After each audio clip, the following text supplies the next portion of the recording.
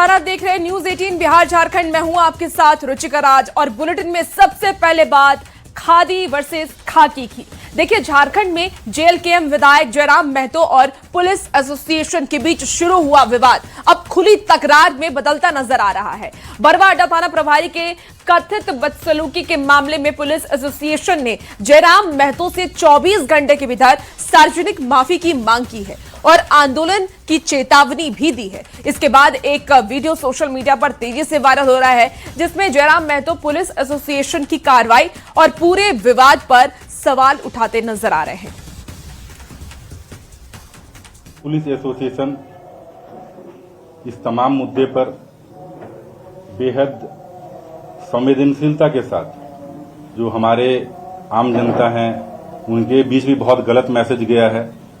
Jharkhand police परिवार के बीच भी बहुत गलत मैसेज गया है कि एक जो सिटिंग एमएलए हैं उनके द्वारा इस तरह की भाषा एक थाना प्रभारी को कही गई, जो घोर निंदनीय है।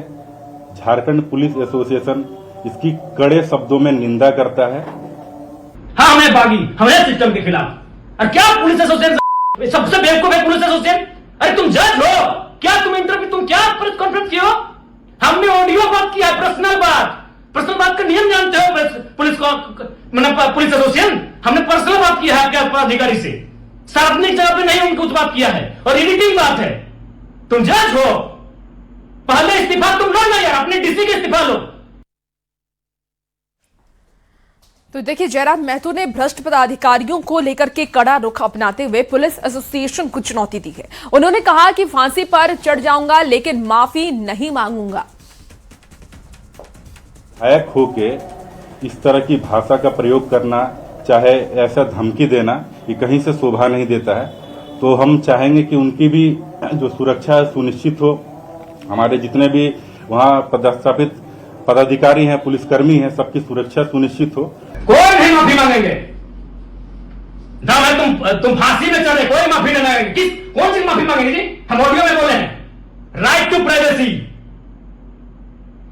प्राइवेसी आर्टिकल 21 हमने फोन पे बोला है, फोन में हमने बोला है, हमने पब्लिक प्लेटफॉर्म में नहीं गाली दिया है।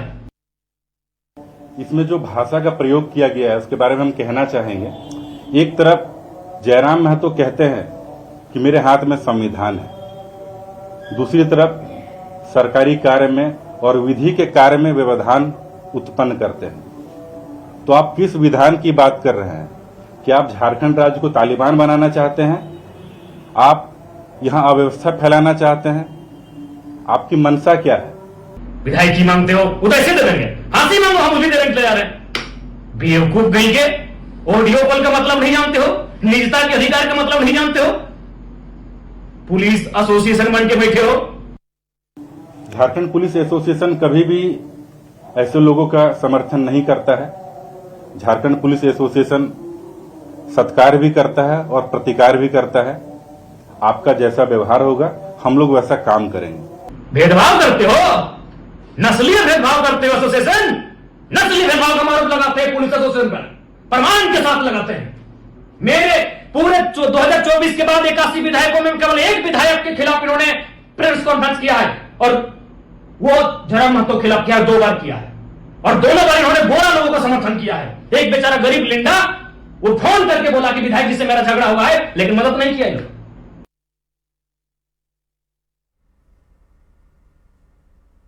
अपना व्यवहार संवैधानिक दायरे में रखें और विधि के साथ चले।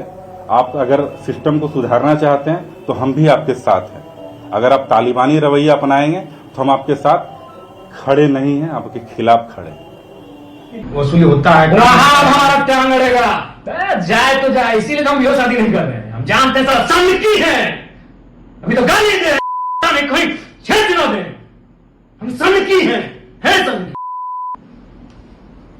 क्यों हुए एक पीएचडी करने वाला लड़का जिसका पिता भी नहीं था, जिसका दादा भी नहीं था, क्यों एक लड़का ऐसा हुआ? इस करप्शन को देख के हुआ। क्यों हुआ एक लड़का? हम भी तैयारी करते थे। तो देखिए, खादी और खाकी के बीच शुरू हुआ विवाद अब सियासी गलियारों तक पहुंच गया है। पुलिस एसोसिएशन की माफी वाली मांग पर जयराम महतो ने तेवर और तल्ख जो तेवर उनके वो तल्ख नजर आ रहे हैं। जेएमएम ने विधायक को इस तरह की बयानबाजी से बचने की नसीहत दी है, तो बीजेपी ने कहा कि भाषा की मर्यादा सभी को रखनी चाहिए, चाहे वो जनप्रतिनिधि हो या पुलिसकर्मी।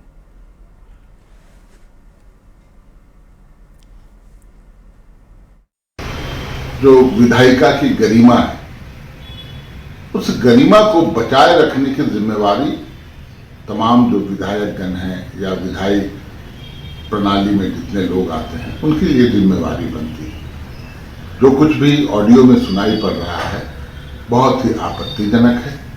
वैसा व्यवहार एक विधायक का नहीं होना चाहिए। इस तरह के व्यवहार पर लगाम लगना चाहिए। भाषा की मर्यादा चाहे वो पुलिस प्रशासन हो और चाहे जनसेवक हो, दोनों को ही रखनी चाहिए। पिछले कुछ दिनों में देखा गया है कि इसमें काफ़ी गिरावट आई है। और जहां तक सवाल है झारखंड से जुड़े मामले को लेकर के, कई बार जो है पुलिस को भी देखा गया है कि आम लोगों के साथ जो है वो मिसबिहेव करती है और जो जरूरी काम है उसका निपटारा नहीं करती है। तो कई बार क्या होता है कि उसको लेकर के भी लोगों में एक खीज होती है। जब कोई जनप्रतिनिधि किसी भी अधिकारी से बात करे तो उनकी बातों को गंभीरता से लेना चाहिए, चूंकि वो जनता से संबंधित कामों को लेकर वो बात करते हैं। वो ये कह भी रहे हैं कि उन्होंने जनता से संबंधित काम था उसको लेकर थाना प्रभारी से बात कर रहे थे। अगर आप व्हाट्सएप चला रहे हैं तो ये खबर आपके लिए बेहद जरूरी है, क्योंकि साइबर ठगों ने ठगी का एक नया तरीका निकाला है। देखिए, शादी के कार्ड के नाम पर APK फाइल भेज करके मोबाइल और व्हाट्सएप पर कब्जा किया जा रहा है। बोकारो में एक ऐसा ही मामला सामने आया है और ऐसे मामले लगातार बढ़ भी रहे हैं। और इस बार साइबर ठगों के जाल में कोई आम शख्स नहीं बल्कि स्पेशल ब्रांच में तैनात एक पुलिसकर्मी ही फंस गए। एसआई रणधीर कुमार सिंह को व्हाट्सएप पर शादी के कार्ड के साथ APK फाइल भेजी गई। फाइल डाउनलोड और इंस्टॉल करते ही उनका मोबाइल करीब 1.5 से 2 घंटे तक साइबर अपराधियों के नियंत्रण में रहा। गनीमत हालांकि ये रही कि बाद में मोबाइल रीसेट करा करके उन्होंने स्थिति को संभाला। फाइल आपको मैसेज के माध्यम से, ईमेल के माध्यम से भेजा जा सकता है और उसमें आपको ओपन करने का अनुरोध किया जा सकता है। ओपन करने के बाद आपका सारा डेटा, आपके फ़ोन का कैमरा, आपके फ़ोन का मेमोरी, सारा डेटा वो ले सकता है और उसके माध्यम से जो भी आप बैंक से रिलेटेड काम मोबाइल के माध्यम से करते हैं, चाहे वो इंटरनेट बैंकिंग हो, चाहे वो ऑनलाइन कोई बैंकिंग हो, वो सारा आईडी पासवर्ड भी हैक कर सकता है और हैक करने के बाद आपके अकाउंट की राशि को वो ट्रांसफर कर सकता है। देखिए, झारखंड में मानदेय बढ़ोतरी और दूसरी मांगों को लेकर के JSLPS की दीदियों ने सरकार के सामने अपनी आवाज बुलंद की है। प्रदेश के अलग अलग जिलों से बैंक सखी और आजीविका संघ से जुड़ी महिलाएं अपनी मांगों को लेकर के प्रोजेक्ट भवन पहुंची और विभागीय मंत्री दीपिका पांडे से मुलाकात की। मानदेय में बढ़ोतरी और नियमित भुगतान, इसके साथ ही अलग अलग भत्तों के साथ HR पॉलिसी, भविष्य निधि और बैंक खाते में जुड़े भुगतान जैसी कई मांगे सरकार के सामने रखी गई। कीजिएगा तो आप लोगों को हटा दिया जाएगा, तो इस तरह से नहीं होना चाहिए, क्योंकि बहुत अपना मांग के लिए, अपना हक के लिए 125 रुपया हम लोग मिल रहा है। 125 को आगे बढ़ाने के लिए हम लोग बोल सकते हैं, हमारा अपना हक के लिए लड़ सकते हैं। भर्ती व्यवस्था सुधार यात्रा के हजारीबाग पहुंचने पर छात्रों ने गांधी मैदान में जोरदार स्वागत किया है। लगभग 1 घंटे के कार्यक्रम में यात्रा से जुड़े छात्र नेताओं ने यह कहा है कि अब ये लड़ाई निर्णायक मोड़ पर पहुंच चुकी है, छात्रों को अब पीछे हटने की जरूरत नहीं है। देवेंद्रनाथ महतो ने इस दौरान सरकार को चेतावनी देते हुए कहा कि निर्दोष छात्रों पर FIR करना बंद करें। उन्होंने ये भी कहा कि संवैधानिक आंदोलन को कुचलने का प्रयास सरकार कर रही है। उन्होंने कहा कि इस बार ठोस कदम उठाना है और ये सिर्फ यात्रा नहीं बल्कि संकल्प है।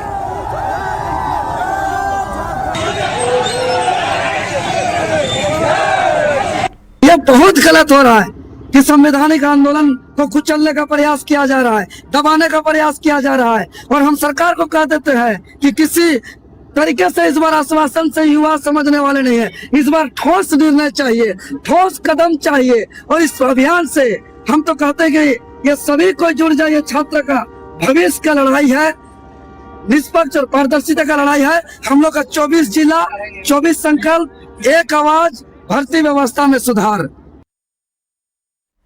चलिए खबर अब आपको जामताड़ा से बताते हैं, जहां फतेहपुर प्रखंड में जल छाजन विकास योजनाओं में कथित फर्जीवाड़े और वित्तीय अनियमितता के आरोप लगे हैं।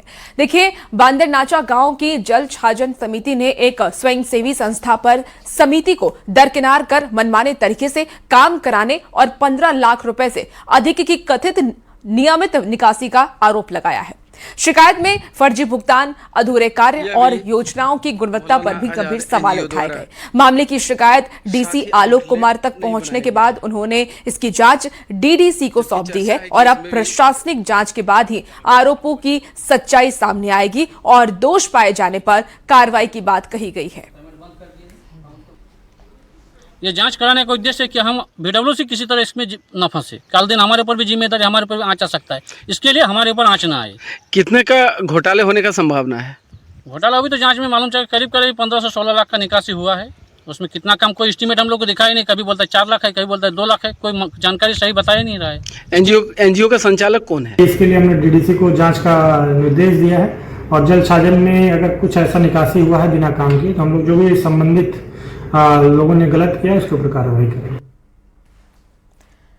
देखिए, झारखंड में पीडीएस ई-पॉश मशीनों का सर्वर अक्सर धीमा रहने और ठप होने से राशन वितरण और केवाईसी का काम बाधित हो रहा है।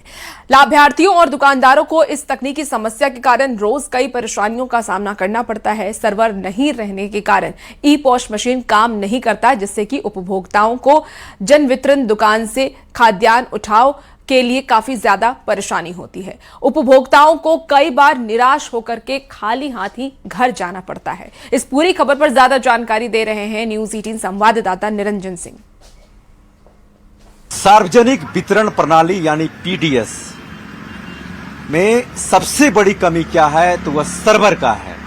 क्योंकि जो सिस्टम है, आप देखें कि यहां पर कई ग्राहक करीब आधे घंटे 40 मिनट से यहां पर खड़ा होकर पंक्ति बंद में अपनी बारी का इंतजार कर रहे हैं।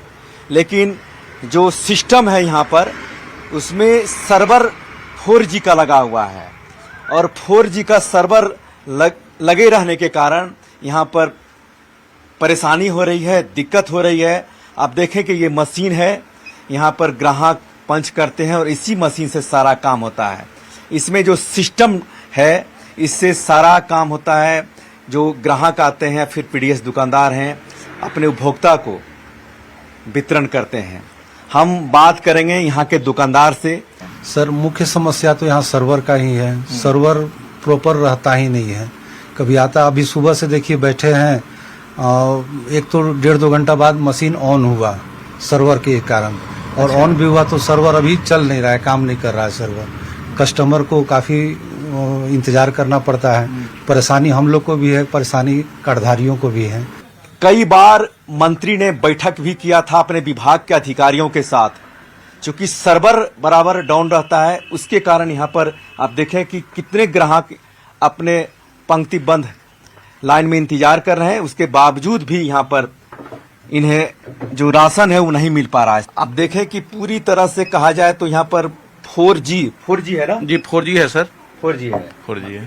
तो अब ये बताइए कि ये कितना देर में ऑन ऑफ होता है? ये ऑन ऑफ तो सर खुलने के बाद हो जा रहा है, लेकिन अभी 2-4-5 दिन लगातार देखा जा रहा है कि सर ये हम लोग का स्मार्ट पीडीएस और झारखंड का जो लॉगिंग हो रहा है, उसमें कर्मचारियों को अंगूठा लेने के बावजूद भी 5 बार 7 बार लगाने के बाद भी डिफॉल्ट में मार देता है, नहीं लेता है। उसके बाद सर 8 बार 10 बार के बाद 1-2 बार लेता है। मतलब परेशानी बढ़ रही है सर। कितने देर से यहाँ पर हैं? हम यहाँ 1 घंटा से खड़े हैं, यहाँ का सर्वर नहीं चल रहा है।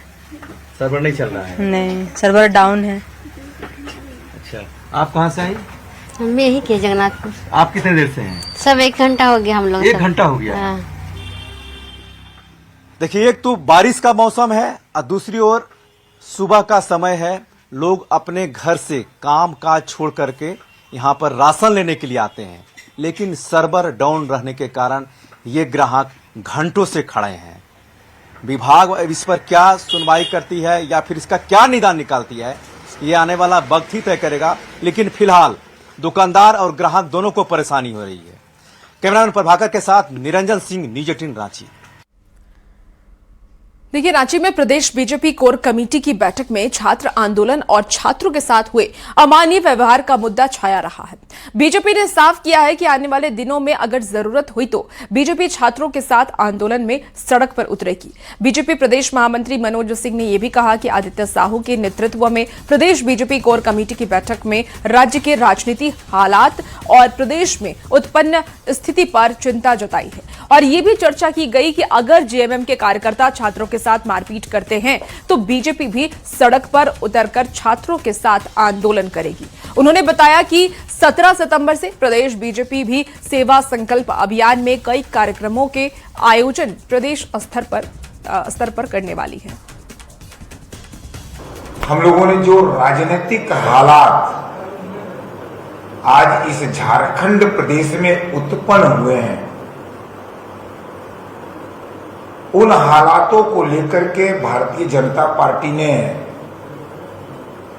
चिंता भी व्यक्त किया है और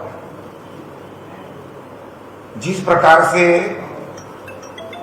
छात्रों के साथ अमानवीय व्यवहार किया जा रहा है,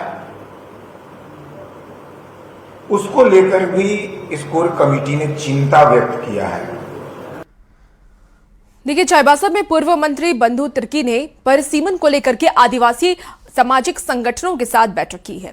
30 अगस्त को रांची में आदिवासी एकता महाजुटान रैली में शामिल होने का आह्वान भी किया। बंधु तिर्की ने यह भी कहा है कि परिसीमन में आदिवासी सीटें घटेंगी तो इसका जोरदार विरोध किया जाएगा और इसके खिलाफ लड़ाई लड़ी जाएगी। जो 2006-07 का जो परिसीमन कमेटी का रिपोर्ट के मुताबिक झारखंड प्रदेश में आदिवासियों का जो विधानसभा सीट में उसका घट रहा था, पार्लियामेंट सीट भी घट रहा था और इसको लेकर के तत्कालीन प्रधानमंत्री मनमोहन सिंह से मिल करके आदरणीय गुरुजी के नेतृत्व में इसको होल्ड करके रखा गया 26 तक। लेकिन परिसीमन आज न कल तो यहाँ होगा और अगर उसी रिपोर्ट के मुताबिक अगर करेगा तो निश्चित रूप से आदिवासी सीट घटेगा। देखिए, चाईबासा में स्टार्टअप इंडिया योजना को बढ़ावा देने की दिशा में उद्योग विभाग ने एक अहम पहल की है। तेजस कार्यशाला का आयोजन किया गया। इसमें जिले के युवा उद्यमियों, अधिकारियों और स्टार्टअप से जुड़े लोगों ने हिस्सा लिया। आज आप देखेंगे बड़ी कंपनीज जैसे ओला, जैसे आज इटर्नल जो पहले जोमेटो की उसकी पेरेंट कंपनी, एक प्रॉब्लम है उसका एक सॉल्यूशन आइडेंटिफाई करना होता है। उस सॉल्यूशन को टेक्नोलॉजिकली फिजिबल, इकोनॉमिकली वायबल और सस्टेनेबल बनाना होता है। That is the beauty of it और उस पर लगे रहना। इसका हम लोग का जो कॉस्ट प्राइस है ये 4000 है। जब हम लोग इसको मास में प्रोडक्शन करेंगे तो जब हम लोग मास प्रोडक्शन करेंगे तो एक एक पार्ट्स का जो ये है रेट है वो और कम होगा, मतलब ओवरऑल इसका प्राइस और कम हो जाएगा। तो यही हमारा मेन प्रोटोकॉल है, मॉडल जो कि हम लोग मार्केट में लाना चाहते हैं। जयपुर सिल्क का फ्लोर का यूज करके और रागी फ्लोर का यूज करके हम लोग इसका एक इनोवेटिव प्रोडक्ट बनाया है, वो जमीलो लड्डू, वो रागी फ्लोर का इसका कंबाइन करके हम लोग एक लड्डू बनाया है। और ये सर न्यूट्रिशियस है, हेल्थ कॉन्शियस है और डिलीशियस भी है। और सर इसमें जयपुर होता है, चॉकलेट प्रोडक्ट होता है जो हम लोग को पुश करता है। और ये जो रागी होता है, रागी फ्लोर में सर वो होता है ग्लूटेन फ्री होता है।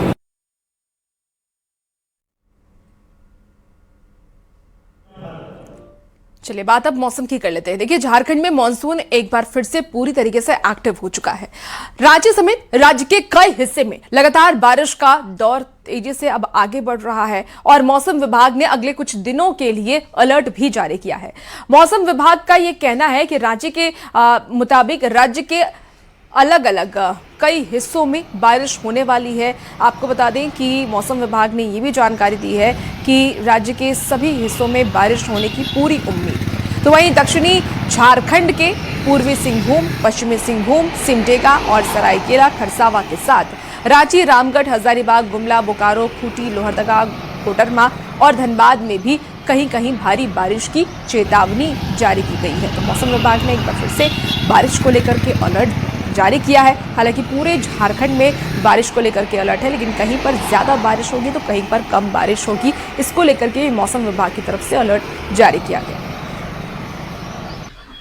झारखंड में एक बार फिर मौसम में बदलाव हुआ है। 28 अगस्त तक मानसून बिल्कुल इसी तरह सक्रिय रहेगा।